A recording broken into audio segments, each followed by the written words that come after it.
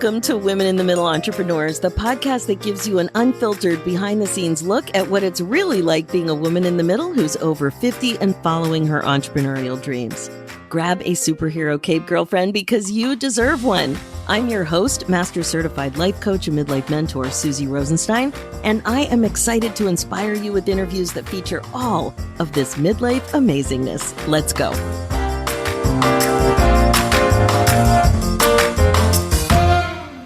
Hey there, welcome back to the show. We have another really exciting interview ahead of us about having a track record for reinventing yourself every decade. Today, you'll be meeting Stacie Shifflett, a woman in the middle entrepreneur who's a founder and CEO of Modern Consciousness and helps people align their lives with their values, desires, and dreams to live fully and intentionally with a full heart and peace of mind. Welcome to the show, Stacie. Thanks so much for joining us today. Thank you, Suzy. It's great to be here.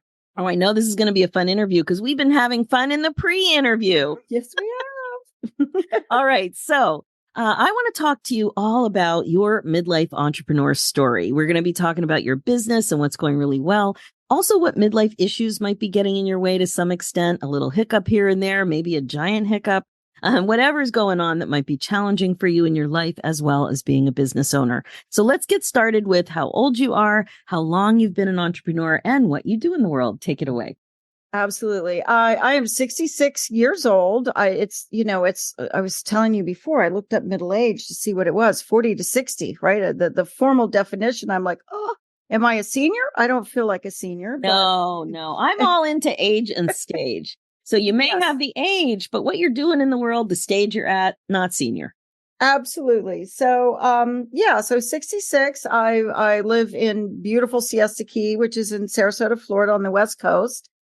And my current company is called Modern Consciousness. I love that name. So do you find that people know what modern consciousness means, or is it something that just pulls people in?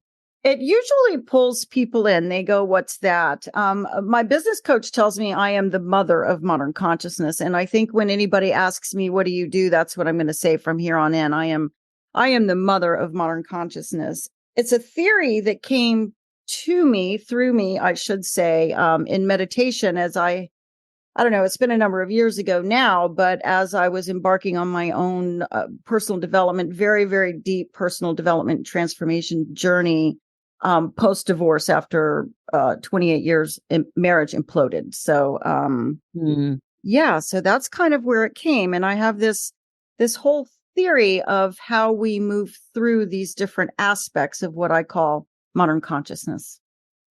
Well, I want to hear more about that. But before we go there, I want to hear a little bit more about your journey to this. So you've been divorced. And what about what you did before? Because there's a lot that you've done before. Oh gosh, I've done so many things. I'm the kid whose principal called their parents when I was in my junior year. I got home from school and my mom says, "We got a phone call from your principal today." And I was like, "You did?" And she said, "Yes, because he told us that you want to graduate this year or you're going to quit school," because I really wasn't fond of high school. I was in my junior year. I had plenty of credits to graduate.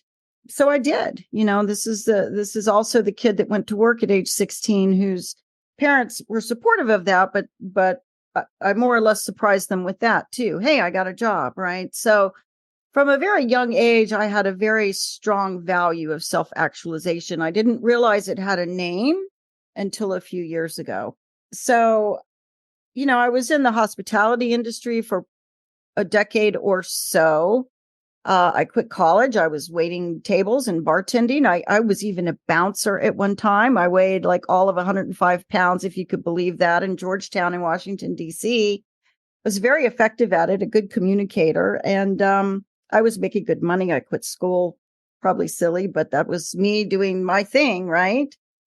And from there, I got married and had a very difficult time getting an entry-level position in an office, right? Having been in the restaurant and bar business for a solid decade. And a lady from my mom's church gave me a job. It was a very small woman-owned federal contractor. And this was in the DC area. And within a year of getting that job, she hired me to do some basic bookkeeping. And, I was learning a little bit of word processing. I knew how to type. I came from the generation where your mom says, know how to type, right? You need to know how to type because you could always fall back on a secretarial or administrative position.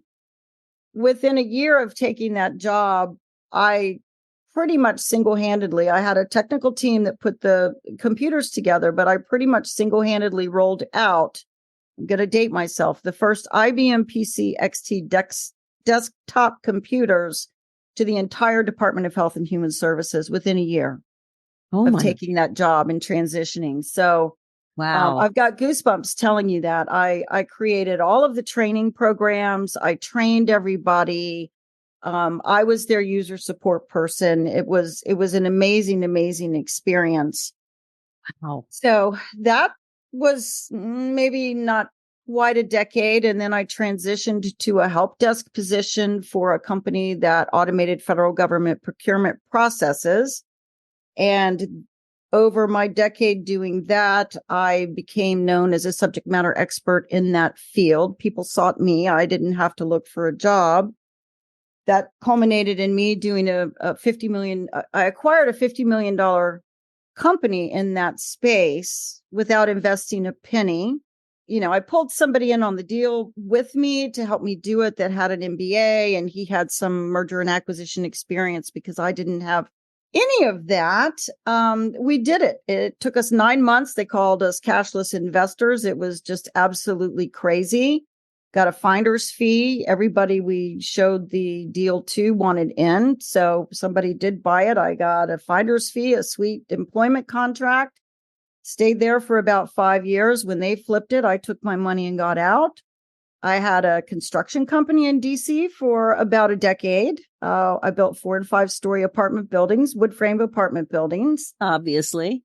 Now, what about the llama farm? I see llama farm. Yes. In the middle of all of that, I had a llama farm. I raised those for about 12 years while I was raising my son. We figured that would be a great environment to raise our child. I was married at the time. And then, I closed down the construction company during COVID just because I was tired of it. And, I had to pivot. I either had to pivot the company or do something else. And I really wanted out of the industry. So I shut it down. And here I am with Modern Consciousness. I have to say, I'm just grinning my face off over here because what you've done is it's unusual. It's unusual. Each project is unusual or your decade. And they don't necessarily make sense. It makes sense in terms of how they relate to each other, but they must make sense in terms of what was going on in your life. Well, where did the construction company come from? When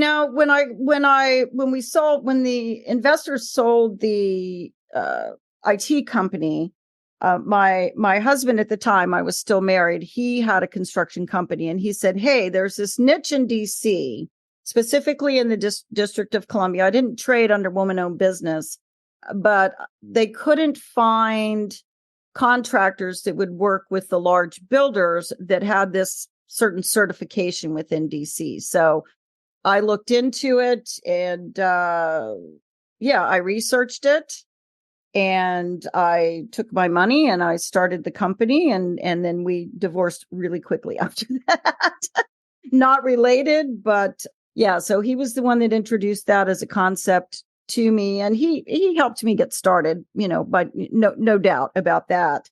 But I hired a really, really intelligent man, just such a wonderful man, such a wonderful family. We keep in touch to this day. I certainly didn't know anything about it. Building a building, I knew about finances. I knew about creating teams. I knew about contracts. I knew about communication. I knew a lot of things. I did not know how to build a 5-story apartment building. So I hired a wonderful, wonderful guy that did all the day-to-day operations for me. And that gave me the freedom to do a lot of things, not the least of which was embark on my own journey as the divorce happened and the 28-year marriage imploded. Wow. So as we're talking away here, who, my lovely DOG, has walked in. So I'm ignoring him because he wants a TREAT. because he's eaten and I'm ignoring him because we're having such a lovely interview. So we'll just continue. I love now he's on dogs. this It's side. fine. If he wants to join in on the conversation, I'm happy with that as well. As long as he doesn't BARK. Yes. He's very smart. He's in stealth mode right now. Oh my gosh. Okay. Now, if you don't know, as a listener right now, he's 130-pound Newfoundland. So his being right here next to us, first of all, he stinks right now. So I can smell that. And he's hard to ignore. Okay. So a couple of things strike me about your story. The first thing is that there are new beginnings here. So as we talked, you oh, there we go. I'm just going to ask the question, then I'm going to go mute while you answer. Okay. So we, can you be quiet? We're just in the middle of an interview and it's not funny. I love his face. He knows he's in charge.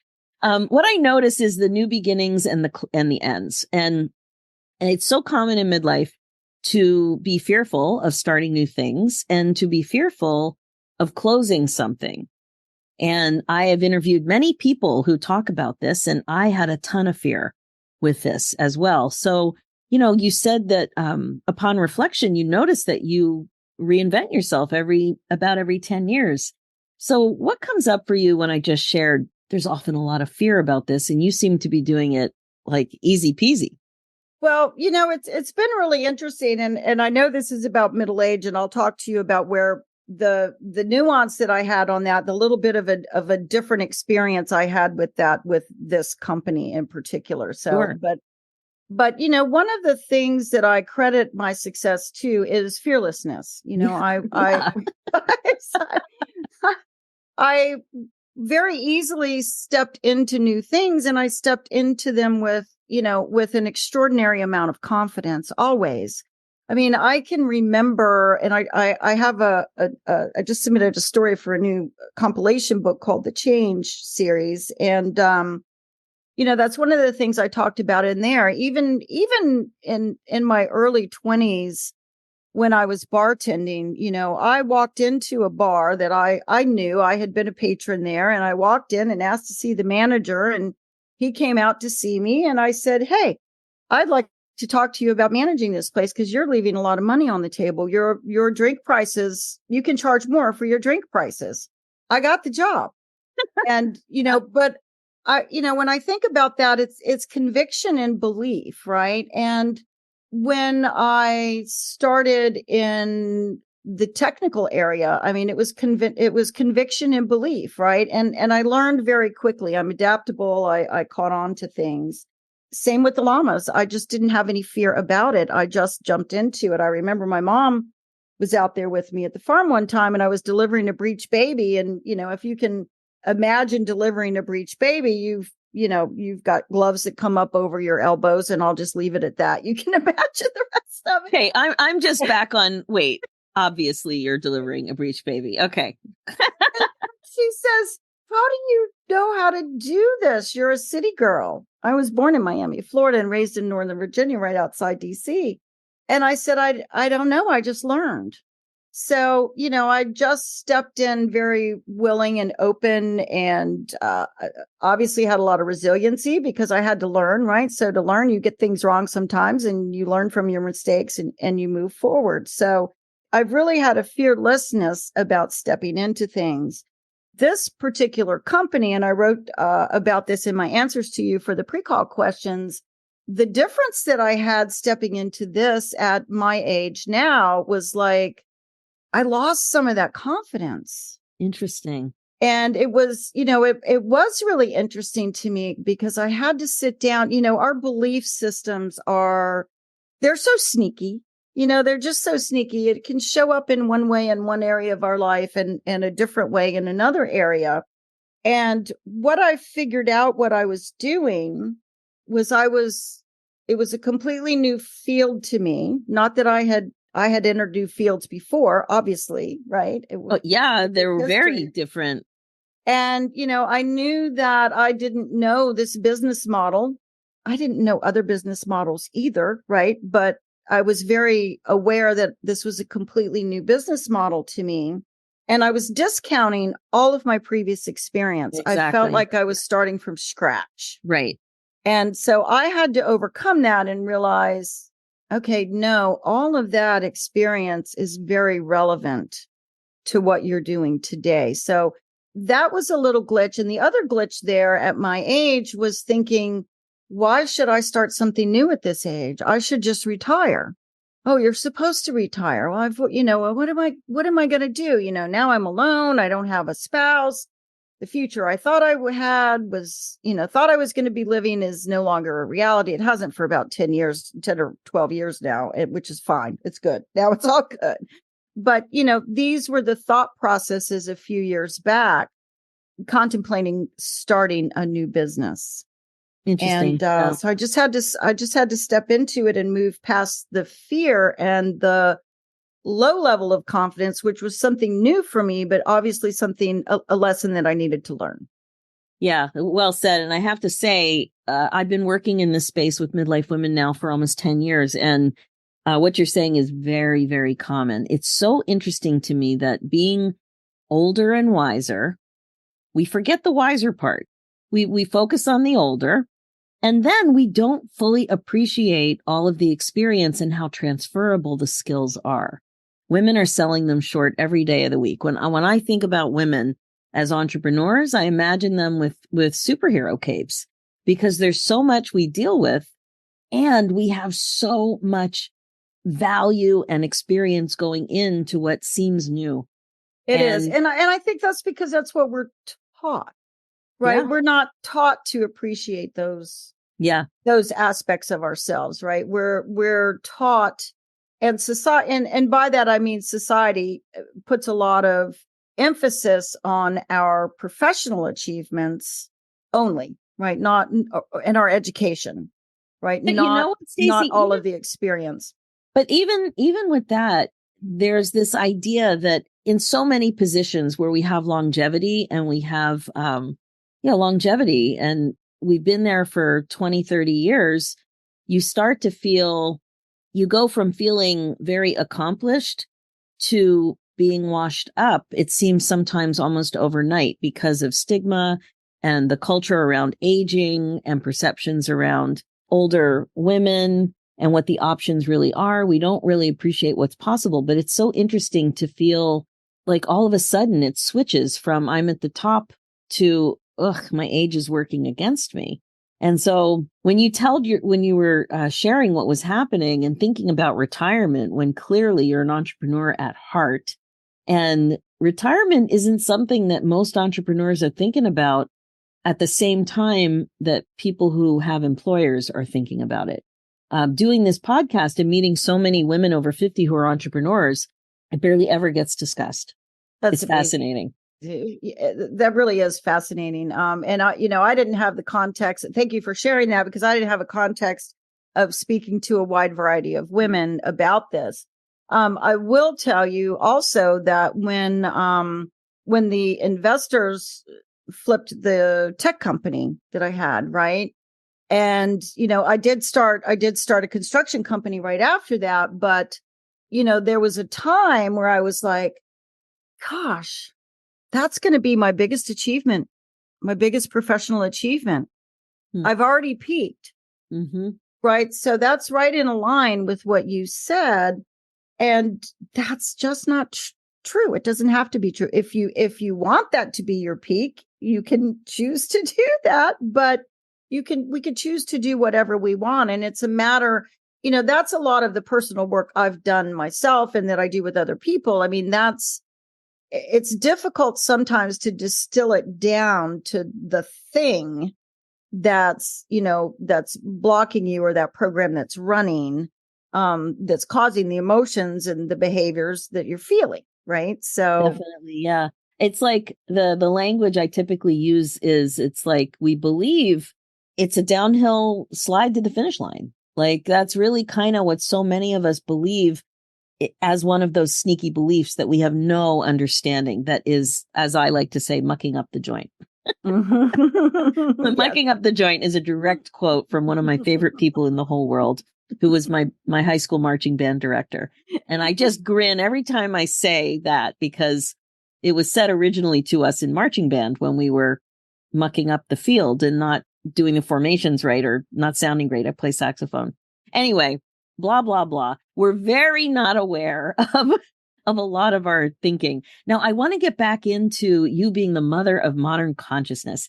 Tell me a little bit about going from all of this stuff that you were doing in your last business with construction and then going into this field.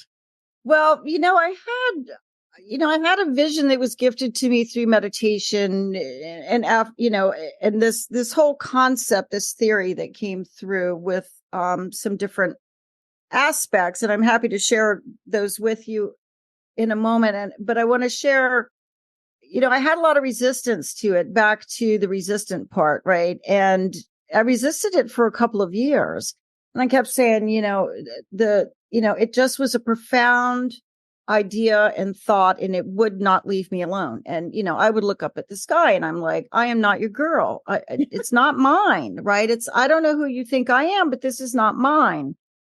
And I have goosebumps as I'm telling you that. And so after about 2 years of resisting, I was meditating one day and I'm like, okay, for crying out loud, you're not leaving me alone. You're not going to leave me alone about it. So what am I supposed to do? What is my next step? You have to tell me where I can understand it. What is my next step? So the word write came to me, and it wasn't the first time that I had suggested that I sit down and write. But what was different is I surrendered to it and I said, okay. And within 2 hours, I had a text message from a friend of mine saying that a friend of hers had a spot open in a collaboration book with Les Brown. And would you like me to introduce you? At which point I was like, well, I can't say no, right? You just can't say no. So that was that was my first book project, and I signed on. And then as working with that publisher, which was Ignite Publishing, I realized, gosh, I could actually launch a company in conjunction with that book. So that's what I did. I started building the foundation of the company so that I at least had the website and, what I call the back end, all the architectural stuff set up before that. But essentially the theory, if you want me to go into that? Absolutely. Yeah. So it's not a linear progression. It's very fluid. It promotes growth and expansion. The first, and I don't call them levels or phases because they can overlap, but sometimes I will use the words interchangeably. But the first aspect of that I call Automaton 2.0. And I say 2.0 to acknowledge that we've grown to whatever point we're at in our lives. Here we are. It acknowledges everything we've accomplished. And what I find, though, is within this stage, what's driving the momentum of our lives at that point is actually the activities of our lives, right? We're sort of running on autopilot. We're doing all these things we thought would make us happy or would bring us satisfaction. And we're kind of finding out that they don't necessarily. And we've stopped really being conscious. We made decisions years ago. We decided to, what degree to pursue in our education, what career to pursue, get married, have children, put the kids in soccer. We made all of these decisions and we make them generally stovepiped, right? We're not looking at they're made with good intentions, but not with the whole of our lives necessarily factored into the equation. But anyway, what I find pushes people out of that is when they begin to realize that they don't know how to stop the train that they're on. They don't know how to slow it down. They start to get frustrated. More of their frustration builds and what have you. So anyway, often they're faced with a crisis because they haven't dealt with whatever, we don't deal with whatever. And sometimes it's not even dealing with it. We just are faced with a crisis that sort of surprises us and pushes us to our next level. But these are the types of things that introduce us and push us forward into what I call the awakening soul. And the awakening soul is really a period of gathering knowledge. We're really the knowledge seekers, and we're seeking alternatives to our current reality. And we're beginning to gain a better understanding of ourselves and the world around us. we start understanding things like, oh, what do you mean I have this belief that might not be working for my highest and best, those sorts of things. And we do actually start to change in that aspect of modern consciousness. And, we start to explore what is our purpose in this life there. And anyway, the next level I call the illuminated adept. And that's where we start to really have some pretty significant and profound intertransformational changes. And we've mastered a lot of skills there, self-awareness, minding our thoughts, having increased compassion for ourselves and others, forgiving ourselves, forgiving others. There's a whole lot of stuff that happens there. And that leads some to be transformers.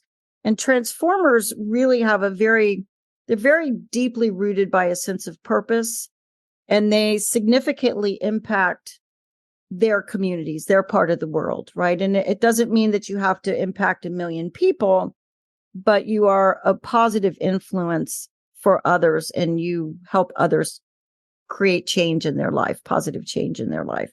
So those are kind of the 4 aspects: automaton, awakening soul, illuminated adept, transformers. And I truly believe that it all starts within, and then it radiates outward, right? It radiates into our relationships, our families, our businesses, our organizations, our communities. It's the only way we're going to change the world. Yeah, so that's what modern consciousness is all about. That is great. That's great. And I love your story of how the insight came to you that was, it's really your awakening soul. Your awakening soul opened the door, it sounds like, to it did. Yes, it did. All of this other stuff. Yeah. So good. All right. So tell me about being a woman in midlife and what hiccups have come along your way. Sounds like the divorce was a giant one. The divorce was a giant hiccup. And, it propelled me forward. It was obviously I was devastated. And I initiated, it's a long story. I don't really talk about the story. It's neither here nor there. It was necessary. And the title of the story in my first book was The End of Me. And it is about that. And my quote in that book really is, sometimes the right thing to do is the hardest. Mm. And it was very much that situation for me. So, the couple of years after that, I had a business. I went out, I got my own home, I thought I was doing everything right. And, I really wasn't. I also had adopted some habits that probably weren't the best during that time frame. And, I finally realized, after it took me about 2 years to really realize that change wasn't going to happen organically, right? Something wasn't just going to appear. I didn't want to be a leaf floating down the stream anymore, that I was going to have to take my power back. And that's what I did. And I embarked on my own journey of change, right? Of learning as much as I could about myself and just about the general condition of humanity as well. And right, the human condition. So that's, that was really big for me. And I talked to you already about the thing with the confidence, right? A little bit like, should I retire? Do I do this? Oh my gosh, I don't know that I want to do something brand new at this age. Can I, old dog learn new tricks, all that kind of stuff. I think those 2 were probably the biggest. Yeah. There's some tactical stuff, like I don't always have the recall that I used to have. You know how that goes? You're like, where's that word? Or I do.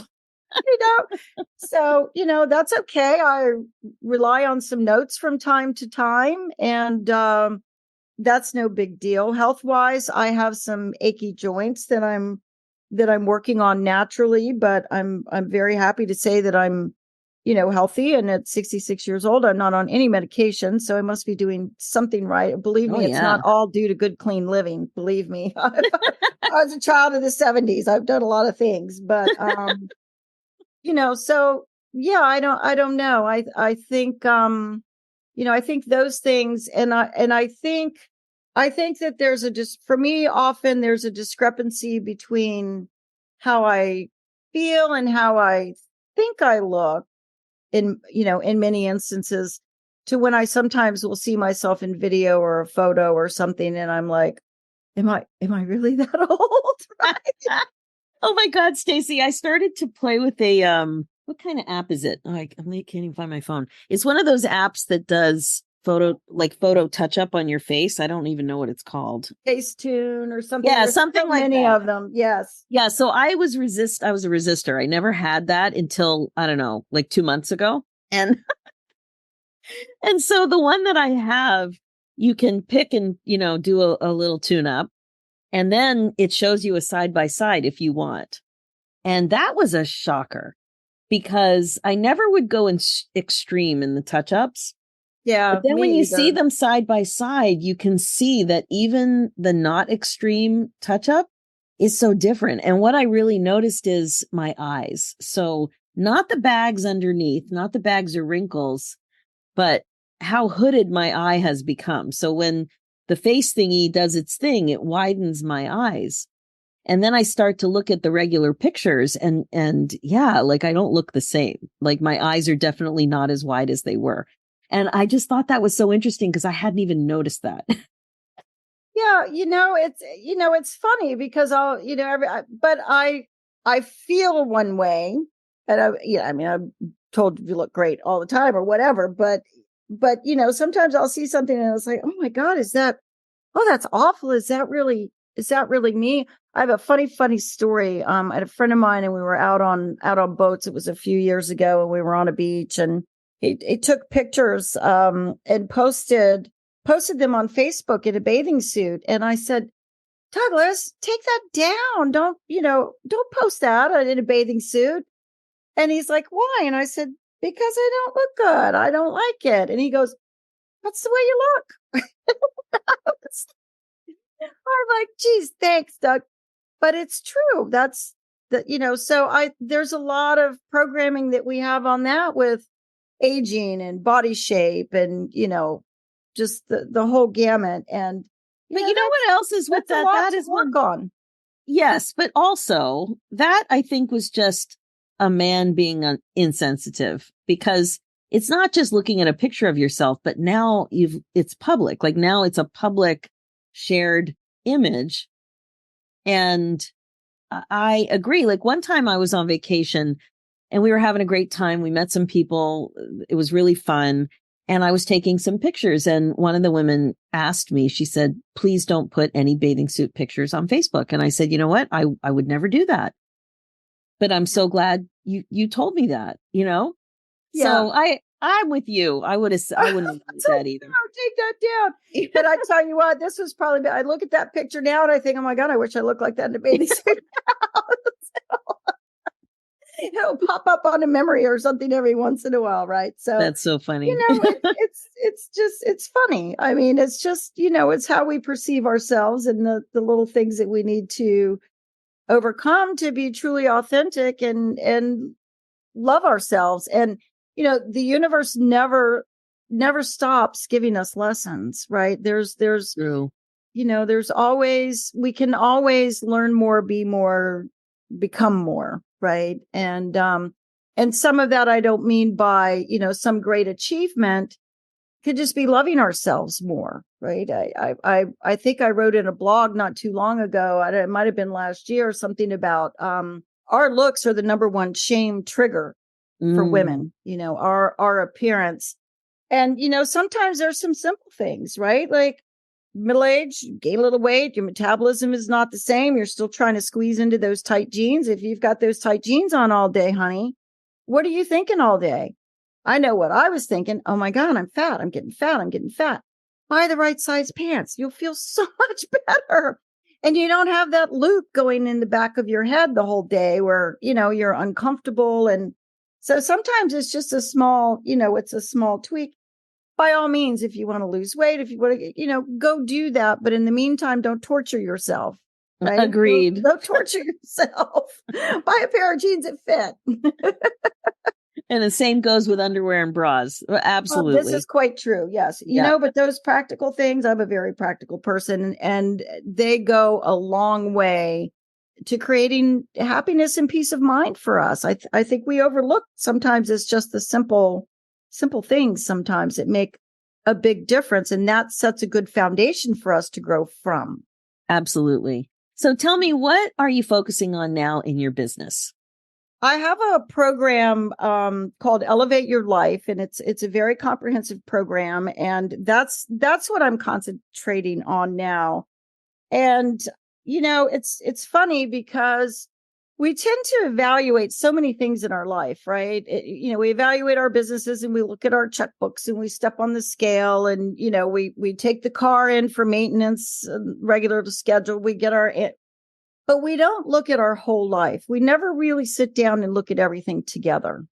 And that's what I do with this program. I've got a joke about it running in my head. I'm not sure if I'm going to use it for marketing or not, but it's like, they say you have a life review when you go, when you pass over and you go see your maker, there's a life review. The first thing, why wait till then? Let's do it now.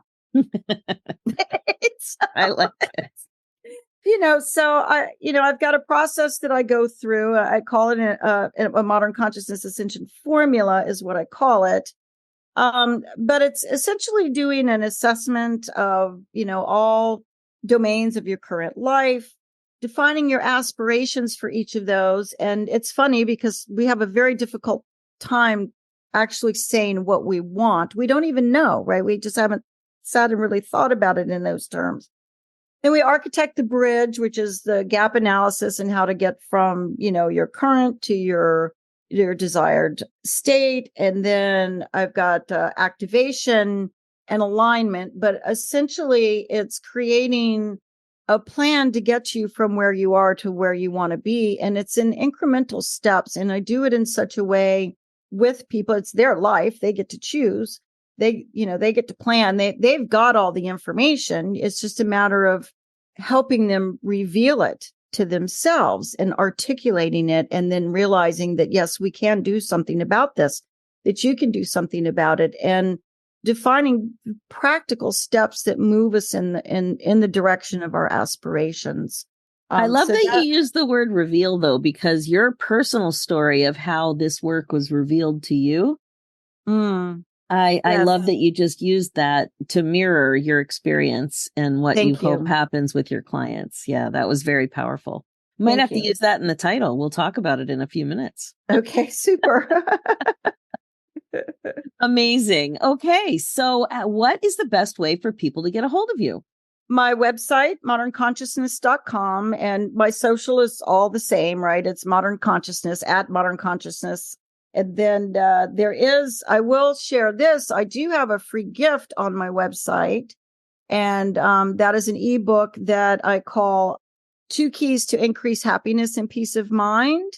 And it reveals 2 keys that I used, it's actually 2 of the 4 agreements, which was one of the first books that someone gave me, and how to put that into practice in your life, and how that can help you really reveal, again, what's going on in your subconscious mind.